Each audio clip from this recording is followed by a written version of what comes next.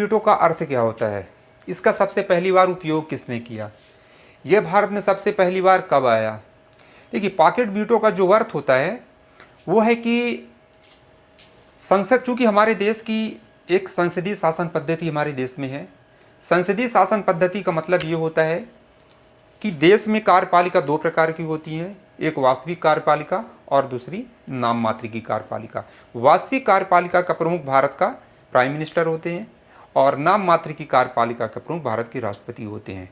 तो वास्तविक कार्यपालिका प्राइम मिनिस्टर और नाम मात्र की कार्यपालिका राष्ट्रपति। पॉकेट वीटो है क्या, इसका उपयोग कौन करता है, इसका उपयोग करते हैं भारत के राष्ट्रपति।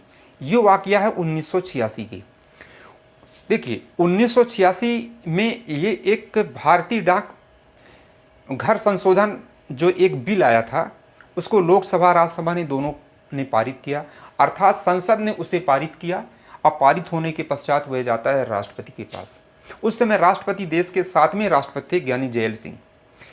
तत्कालिक राजीव गांधी की सरकार 1984 से 1989 और 1982 से 1987 तक देश के राष्ट्रपति ज्ञानी जैल सिंह। दोनों के बीच में थोड़ा सा मतभेद था। मतभेद क्या था, प्रेस की जो स्वतंत्रता से संबंधित बातें थी इस एक्ट में, उस पर वो ज्ञानी जैल सिंह पूरी बातों से सहमत नहीं थे। इस बात को लेकर के ज्ञानी जैल सिंह सही पूरी बातों से सहमत नहीं हुए थे। इसीलिए संसद के द्वारा अर्थात लोकसभा राज्यसभा के द्वारा पारित किए गए बिल को उन्होंने रोक दिया, अर्थात ना तो स्वीकृत प्रदान किया, ना ही अस्वीकार किया और ना ही पुनर्विचार के लिए उसे संसद को वापस किया।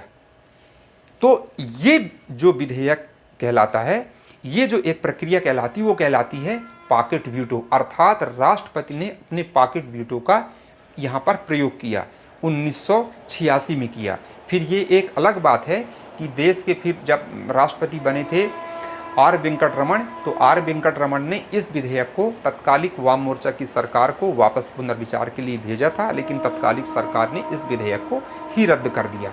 यहाँ पर देखिए, 3 बातें ध्यान में रखनी होगी संशोधन से संबंधित। संशोधन 3 तरह के होते हैं। सामान्य विधेयकों के संबंध में, सामान्य विधेयकों के संबंध में जो संशोधन होते हैं उस पर राष्ट्रपति स्वीकृति प्रदान करते हैं, या तो अस्वीकार कर सकते हैं या तो वापस कर सकते हैं उस बिल को। दूसरे नंबर पे है धन विधेयकों के संबंध में। धन विधेयकों के संबंध में या तो उसे स्वीकृति प्रदान करेंगे या तो उसे अस्वीकार करेंगे, लेकिन वापस नहीं कर सकते हैं। तीसरे नंबर में संविधान संशोधन के संबंध में सिर्फ राष्ट्रपति उसे अपनी स्वीकृति प्रदान करेंगे, ना तो उसे अस्वीकृत कर सकते हैं ना ही उसे वापस कर सकते हैं। और ये जो मैं जिस कॉन्टेक्स्ट में बात कर रहा हूँ वह है पॉकेट वीटो 1986 का भारतीय डाकघर संशोधन जो अधिनियम था, अर्थात Indian post office amendment act था 1986। राजीव गांधी प्राइम मिनिस्टर और देश के राष्ट्रपति थे ज्ञानी जैल सिंह। इन बातों को देखिए, वो विधेयक चाहे जैसा भी हो, एक पारित होने के पश्चात जब जाता है राष्ट्रपति के पश्चात, तो चाहे वो सकारात्मक रूप से हो चाहे नकारात्मक रूप से हो, राष्ट्रपति उसको कुछ नहीं करते हैं, वो अपने पास उसको रखे रहते हैं। अगर हम दोनों की तुलना करेंगे कि भारत के राष्ट्रपति और अमेरिका की राष्ट्रपति, तो ये प्रक्रिया हमारे लिए, हमारे देश में अनिश्चित काल के लिए है। राष्ट्रपति उसको कब तक रखते हैं इसकी कोई टाइम लिमिट नहीं है, लेकिन अमेरिका में केवल अमेरिका के राष्ट्रपति के पास उसे संसद के द्वारा पारित किसी प्रकार के संवैधानिक संशोधन बिल को 10 दिनों तक ही वह अपने पास रख सकते हैं, उसके पश्चात वह उस पर अपनी स्वीकृति प्रदान करेंगे। तो अगर हम भारत और अमेरिका के बीच में इस मामले में थोड़ा सा कंपैरिजन करेंगे तो ये स्पष्ट होता है कि भारत के राष्ट्रपति की शक्तियां थोड़ा सा ज़्यादा है। अब थोड़ा संशोधन के बारे में कौन से, तो 3 इस मामले की जब हम बात करेंगे 3 प्रकार के संशोधन। 24वां संविधान संशोधन 1971 में हुआ। इस पर यह बाध्यकारी बना दिया गया कि संसद के द्वारा पारित किसी प्रकार के कानून का, अर्थात लोकसभा राज्यसभा के द्वारा पारित कानून को राष्ट्रपति अपनी स्वीकृति प्रदान करेगा, बाध्यकारी बना दिया गया। 42वां संविधान संशोधन 1976 में हुआ था और ये हमारे देश का सबसे बड़ा संविधान संशोधन कहलाता है, जिसको हम मिनी संविधान भी कहते हैं।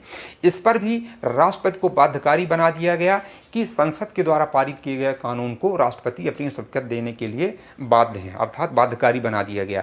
लेकिन चूंकि उनके पद की गरिमा को ध्यान में रखते हुए, चूंकि वास्तविक कार्यपालिका प्राइम मिनिस्टर नाम मात्र की कार्यपालिका के प्रमुख भारत के राष्ट्रपति हैं और सारे कार्य जो देश के होते हैं वो राष्ट्रपति के नाम से ही होते हैं, देश के प्रथम व्यक्ति होते हैं राष्ट्रपति। इस पद की गरिमा को बरकरार रखने के लिए जब 44वां संविधान संशोधन 1978 में होता है तो उस पर यह व्यवस्था रखी गई कि एक बार राष्ट्रपति संसद के द्वारा पारित कानून को वापस कर सकते हैं पद की गरिमा को ध्यान में रखते हुए, लेकिन दूसरी बार संसद उस पर यदि अपनी किसी प्रकार का संशोधन करती है, उस पर जोड़ती कोई नई चीज या सेम टू सेम उसको फिर आगे बढ़ा देती है राष्ट्रपति, तो दोबारा राष्ट्रपति उसको